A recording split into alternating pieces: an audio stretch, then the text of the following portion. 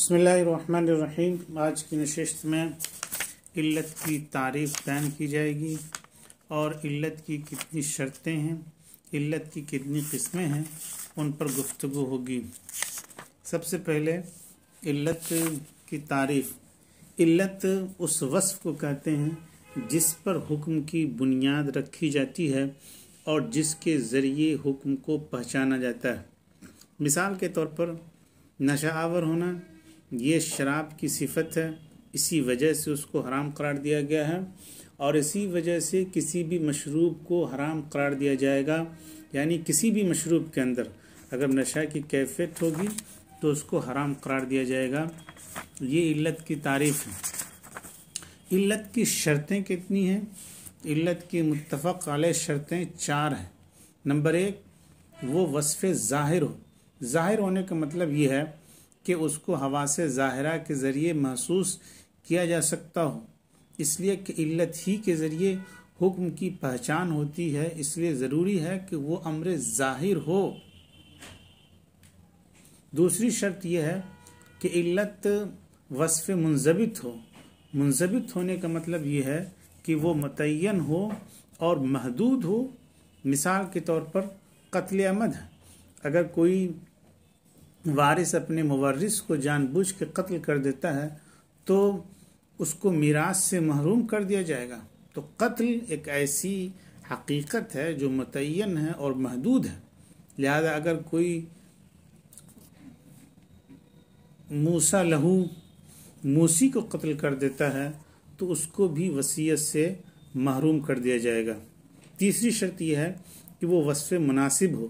وصف مناسب ہونے کا مطلب یہ ہے کہ اس کے ذریعے جو حکمت ہے ہونے کا امکان موجود ہو۔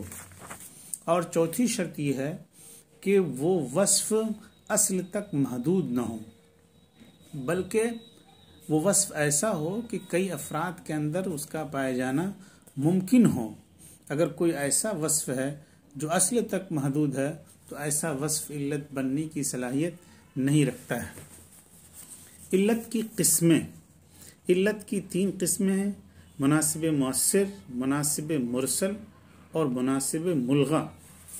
مناسب مؤثر وہ وصف مناسب جس کے مطابق شارع نے کوئی حکم مرتب کیا ہو اور نص یا اجماع سے متعین طور پر اس کا علت ہونا ثابت ہو۔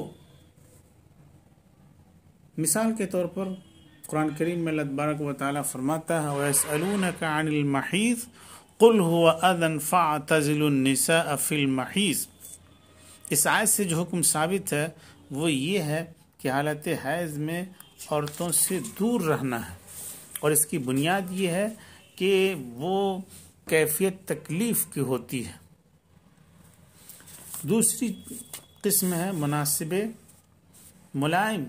مناسب ملائم وہ وصف مناسب جس کے مطابق شارع نے کوئی حکم مرتب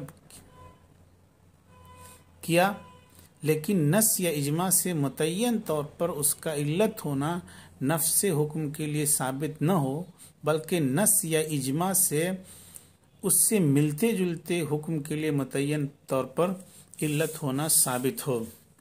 مثال کے طور پر اگر کوئی لڑکا نابالغ ہے، چھوٹا ہے، تو باپ کو نکاح کرانے کا اختیار ہوتا ہے۔ اس کو کہتے ہیں ولایت تزویج۔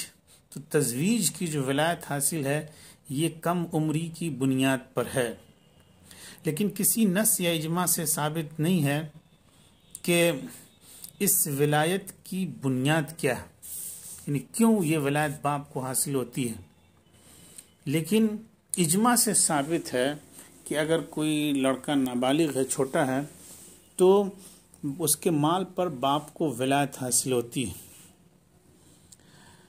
تو جب کم عمری کی وجہ سے مال پر ولایت حاصل ہو سکتی ہے تو جان پر بھی ولایت حاصل ہو سکتی ہے۔ اسی لیے علماء نے یہ کہا یا فقہاء نے یہ کہا کہ اگر کوئی کم عمر ہے، نابالغ ہے، تو اس کے باپ کو نکاح کرانے کا اختیار حاصل ہوگا۔ تیسری چیز ہے مناسب مرسل۔ مناسب مرسل وہ وصف جس کے مناسب ہونے یا غیر مناسب ہونے کے بارے میں شارع خاموش ہو، یعنی شارع نے نہ اس کو معتبر قرار دیا ہو اور نہ اس کو غیر معتبر قرار دیا ہو۔ مجتہدین کی اصطلاح میں اس کو مصلحت مرسلہ کہتے ہیں۔ مثال کے طور پر صحابہ نے مصلحت کے پیش نظر زرعی زمین پر ٹیکس لاگو کیا، لوگوں کی ضرورت کے پیش نظر سکے ڈھالے گئے، قرآن کو مدون کیا گیا وغیرہ وغیرہ۔ اور علت کی تیسری قسم مناسب ملغا۔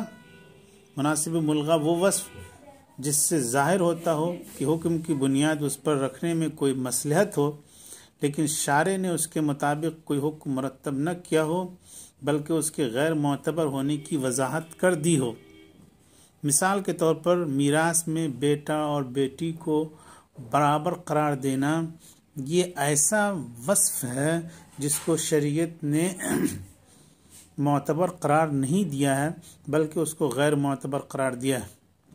اس کی دوسری مثال ہے کہ اگر کوئی شخص رمضان میں جان بوجھ کے روزہ توڑ دیتا ہے تو شریعت نے اس کی سزا متعین کی ہے کہ کفارہ دینا پڑے گا، لیکن اگر کوئی کفارہ چھوڑ کے کوئی اور سزا متعین کرتا ہے تو اس کی گنجائش نہیں ہے۔